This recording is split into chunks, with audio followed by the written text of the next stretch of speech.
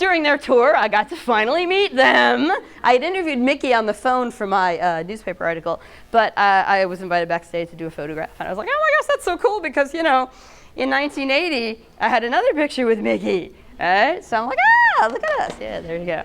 So that's pretty cool. So pretty famous. And then we're back to who I am and what I'm working on. And this is a bunch of stuff I used for research, but not nearly all of it, of course, because I had to do a lot of work in our library. That's what libraries are so wonderful about. And so, since we have a moment, what I'll do is I will show you the thing that I was going to show you. This is Peter talking at Monterey, very short bit, quieting the crowd down. I'm here to fulfill a function this particular time round, one which I revel in and glory in, that of introducing the next group, who are my favorites because of long-standing friendships with individuals, as well as I like the music.